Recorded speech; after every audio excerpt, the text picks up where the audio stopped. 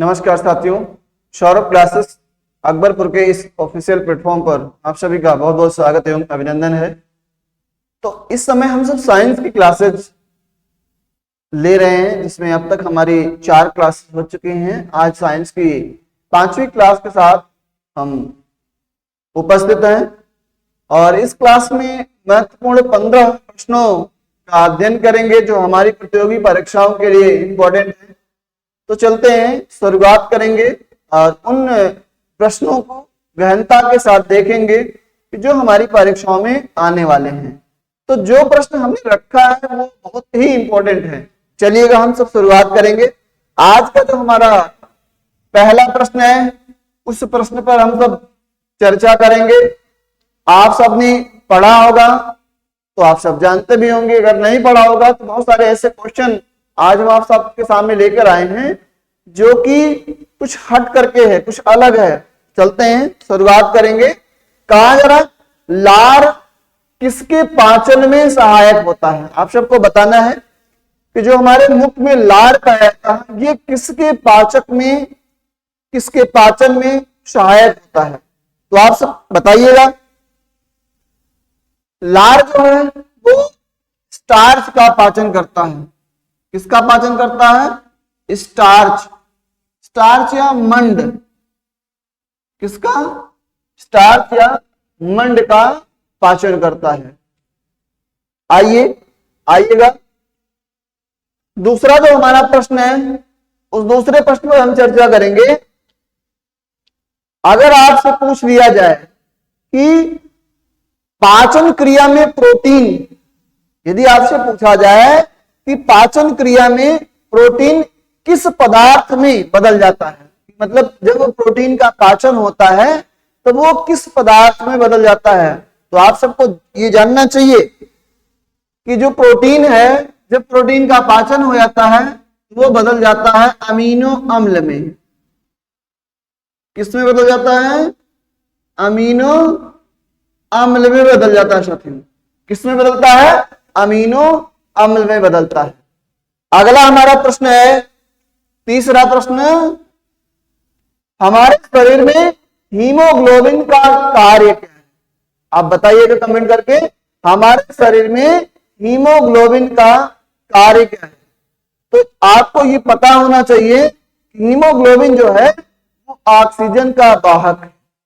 ठीक है, ऑक्सीजन का वाहक है, मतलब ऑक्सीजन के परिवहन में हीमोग्लोबिन मदद करता है।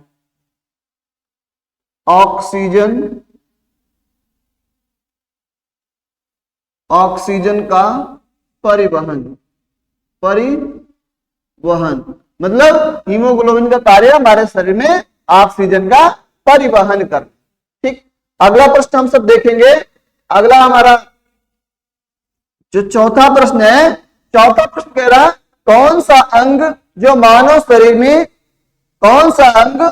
मानव शरीर के कार्बोहाइड्रेट को ग्लाइकोजन में बदल देता है? आप बताने का प्रयास करिएगा। हमारा कौन सा ऐसा अंग है जो हमारे शरीर के कार्बोहाइड्रेट को ग्लाइकोजन में बदल देता है?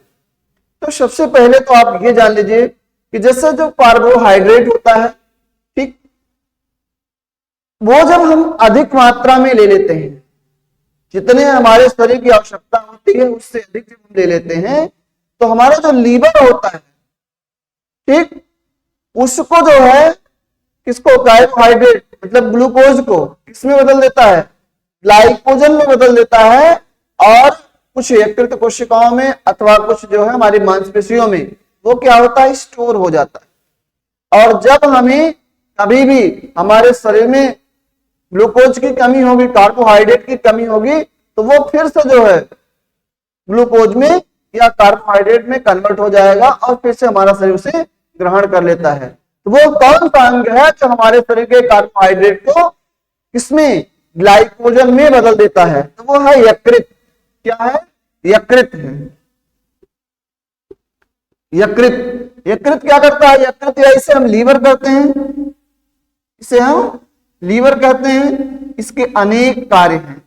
जब आप डिटेल में क्लासेस पढ़ेंगे तो इनके बारे में आप सबको बहुत कुछ बताया जाएगा। इसी में एक कोशिका पाई जाती है जिसमें आपका इंसुलिन नामक हार्मोन्स का स्राव भी होता है। इसी यकृत कोशिकाओं से ही इंसुलिन नामक हार्मोन्स का स्राव होता है, जो कि ब्लड में शर्करा की मात्रा को संतुलित बनाए रखने का कार्य करता है। यदि इंसुलिन का स्राव कम हो जाए तो शर्करा की जो मात्रा है वो क्या होगी, बढ़ जाएगी हमारे ब्लड में। ठीक, आइएगा अगले प्रश्न की तरफ बढ़ेंगे। अगला प्रश्न हमारा है, अगला 5वां प्रश्न हमारा है, आयोडीन युक्त हार्मोन्स कौन है? कौन सा ऐसा हार्मोन्स है जो आयोडीन युक्त होता है? तो आपको पता होना चाहिए कि थायरॉक्सिन, जो हमारे गले में थायराइड नामक ग्रंथि होती है, उस थायराइड नामक ग्रंथि से थायरॉक्सिन नामक हार्मोन्स का स्राव होता है, जिससे आयोडीन की प्राप्ति होती है।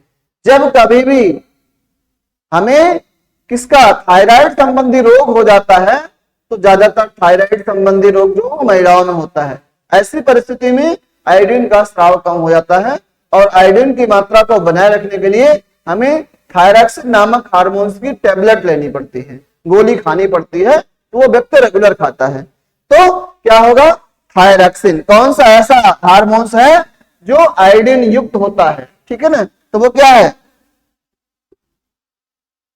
थायरॉक्सिन।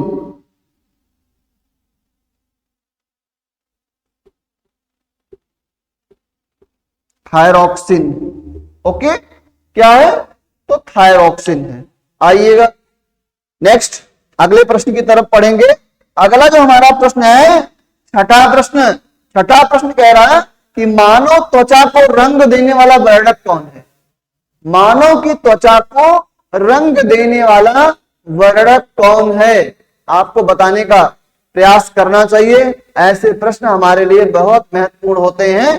तो मानव त्वचा को रंग देने वाला जो वर्णक होता है उसे हम क्या कहते हैं, मिलेनिन कहते हैं। मिलेनिन, मिलेनिन नामक जो वर्णक होता है, इससे जो है मनुष्य की त्वचा का रंग जो है वो बदलता है।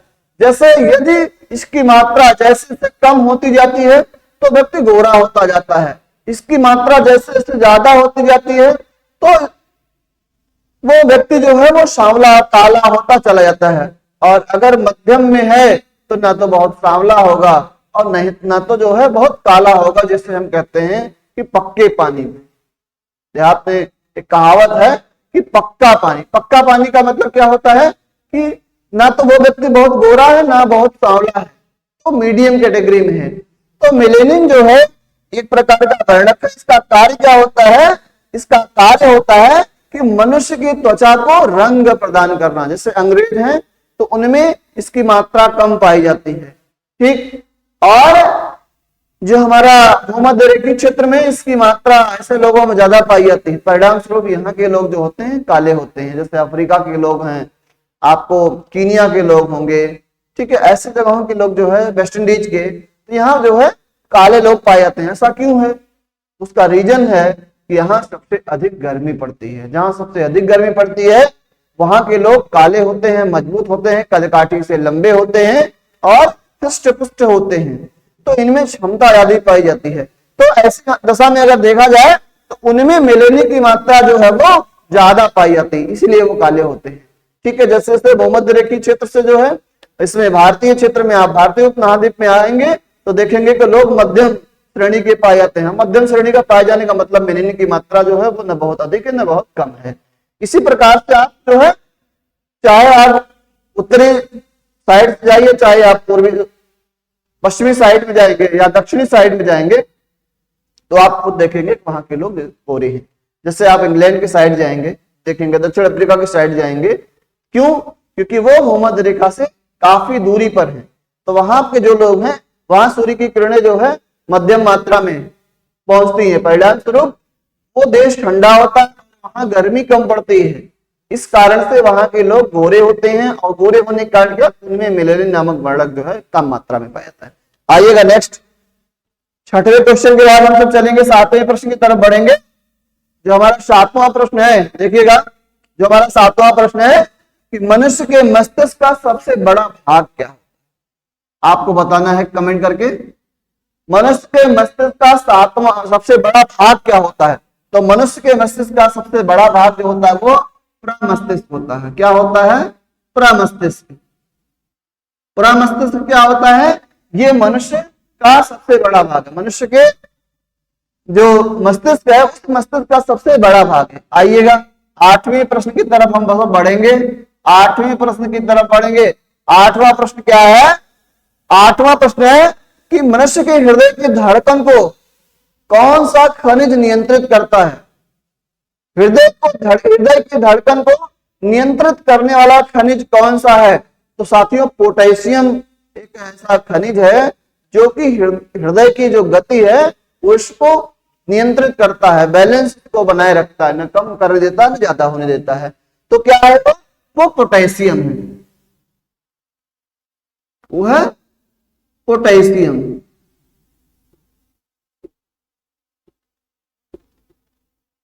ठीक, आप समझ गए होंगे। ठीक है ना, हृदय की धड़कन को नियंत्रित करने के लिए कौन से खनिज की आवश्यकता होती है? तो पोटेशियम की आवश्यकता होती है। आई बात समझ में?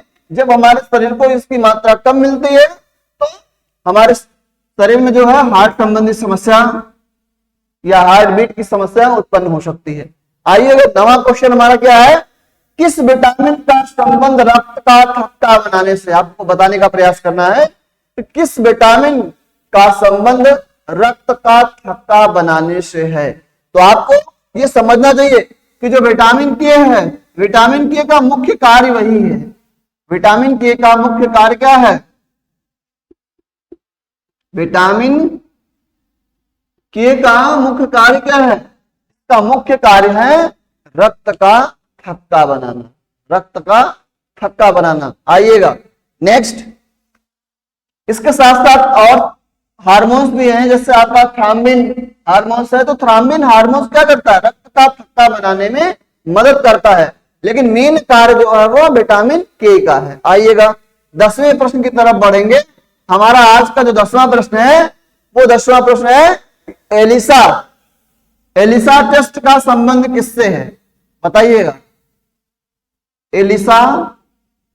एलिसा टेस्ट का संबंध जो है, एलिसा टेस्ट का संबंध किससे है? एलिसा टेस्ट है, इसका संबंध एक बीमारी है जिसका नाम एड्स है। क्या है? एड्स।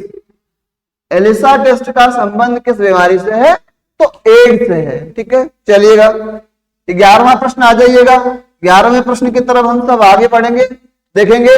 11वां प्रश्न कह रहा है ईसीजी का फुल फॉर्म आपको बताना है। किसका फुल फॉर्म बताना है? तो ईसीजी का फुल फॉर्म आपको बताना है। तो आप ध्यान देंगे। तो ईसीजी का फुल फॉर्म क्या होगा? एक बार आप सब कमेंट करके जरूर बताइएगा। ईसीजी का जो फुल फॉर्म होता है इलेक्ट्रोकार्डियो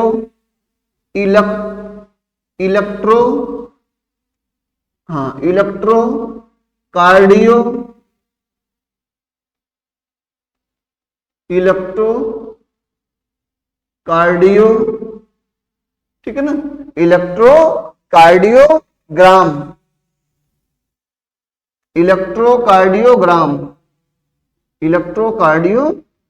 आपको ध्यान देना है। इलेक्ट्रोकार्डियोग्राम ये क्या है? ये ईसीजी का फुल फॉर्म है, इलेक्ट्रोकार्डियोग्राम। ओके, आप सब समझ गए होंगे। आगे चलते हैं। नेक्स्ट आपका जो 12वां प्रश्न है, आज की इस क्लास का जो 12वां प्रश्न है वो आपके लिए बहुत महत्वपूर्ण होने वाला है। तो ध्यान देंगे। 12वां प्रश्न क्या कह रहा है? अशुद्ध रक्त किस धमनी में, अशुद्ध रक्त किस महाधमनी में बहता है? सॉरी, आपका जो क्वेश्चन है अशुद्ध रक्त किस धमनी में बहता है। तो आपको बताने का प्रयास करना चाहिए जितनी धमनियां हैं हमारे शरीर में, धमनियों में शुद्ध रक्त बहता है, लेकिन आपकी प्लमोनरी धमनी जिसे महाधमनी के नाम से जाना जाता है, प्लमोनरी या महाधमनी में क्या बहता है? अशुद्ध रक्त बहता है। इसी प्रकार से यदि आप देखेंगे तो शिराओं में अशुद्ध रक्त बहता है, लेकिन प्लमोनरी शिरा जो है, प्लमोनरी शिरा या महाशिरा जो है उसमें शुद्ध रक्त बहता है। क्या बहता है? शुद्ध रक्त बहता है। आइएगा चलते हैं। तो 12वें क्वेश्चन का क्या होगा? महाधमनी या प्लमोनरी धमनी। महाधमनी या प्लमोनरी धमनी, प्लमोनरी धमनी, ठीक है ना, प्लमोनरी धमनी। आइएगा, कितने प्रश्न हो चुके हैं? 12 प्रश्न हमारे हो चुके हैं। आइएगा 12वें प्रश्न के बाद हम सब चलेंगे अब 13वें प्रश्न पर। आज की क्लास का 13वां प्रश्न, अभी हमारे 3 प्रश्न आज की क्लास के बचे हुए हैं, उन तीनों प्रश्नों को हम सब हल करेंगे। देखिएगा, आज का जो 13वां प्रश्न हमारा है, रुधिर प्लेटलेट्स का मुख्य कार्य क्या है? ध्यान दीजिएगा, रुधिर प्लेटलेट्स का मुख्य कार्य क्या है? तो रुधिर प्लेटलेट्स का जो मुख्य कार्य है वो है रक्त का थक्का बनाना। तो रक्त का थक्का बनाना, रक्त का थक्का बनाना। आपको ध्यान देना है, रक्त का थक्का बनाने में कितने चीजें महत्वपूर्ण है। तो उसमें आपका जो है हार्मोन्स का भी आवश्यकता होती है, जिसमें आपका थ्रोम्बिन नामक हार्मोन्स है, ठीक है।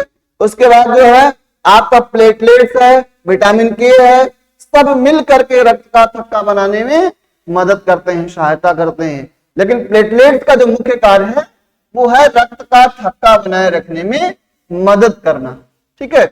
आइएगा 13वें के बाद जो हमारा 14वां प्रश्न है, 14वां प्रश्न हमारा आप सबके लिए बहुत महत्वपूर्ण है कि मनुष्य के शरीर का ब्लड बैंक किसे कहते हैं? आप बताइएगा कमेंट करके, मनुष्य के शरीर का ब्लड बैंक किसे कहा जाता है? तो साथियों, हमारे शरीर में प्लीहा नामक एक अंग है जिसे मानव शरीर का ब्लड बैंक कहते हैं, ठीक है। क्योंकि आरबीसी का निर्माण कहाँ होता है? आरबीसी का निर्माण हमारी प्लीहा में होता है, ठीक है। आरबीसी का निर्माण कहाँ होता है? तो प्लीहा में होता है, इसलिए इसे ब्लड बैंक कहा जाता है। चलिएगा, आज की क्लास का लास्ट प्रश्न है, 15वां प्रश्न है। कह रहा है संधि या जोड़ों का अध्ययन बताने का प्रयास करिएगा। संधि या जोड़ों का अध्ययन हम विज्ञान की किस शाखा के अंतर्गत करते हैं? जीव विज्ञान की किस शाखा के अंतर्गत करते हैं? तो ध्यान दीजिएगा, जो संधि या जोड़ों का अध्ययन है उसे वैज्ञानिक शाखा में आर्थोलॉजी कहते हैं। क्या कहते हैं? आर्थोलॉजी कहते हैं। एकदम चीजों को समझने का प्रयास करिएगा। क्या कहते हैं? तो आर्थोलॉजी कहते हैं, ठीक है ना। ओके, संधि या जोड़ों का अध्ययन क्या कहलाता है? आर्थोलॉजी कहलाता है। तो साथियों, आज की क्लास को हम यही समाप्त करेंगे और हम आशा करते हैं कि आप सबको हमारी क्लासेस पसंद आ रही होंगी। आप सब इसी तरह से अपना सपोर्ट हम सबके साथ बनाए रखिएगा, इस चैनल के साथ बनाए रखिएगा। आपका बहुत बहुत धन्यवाद।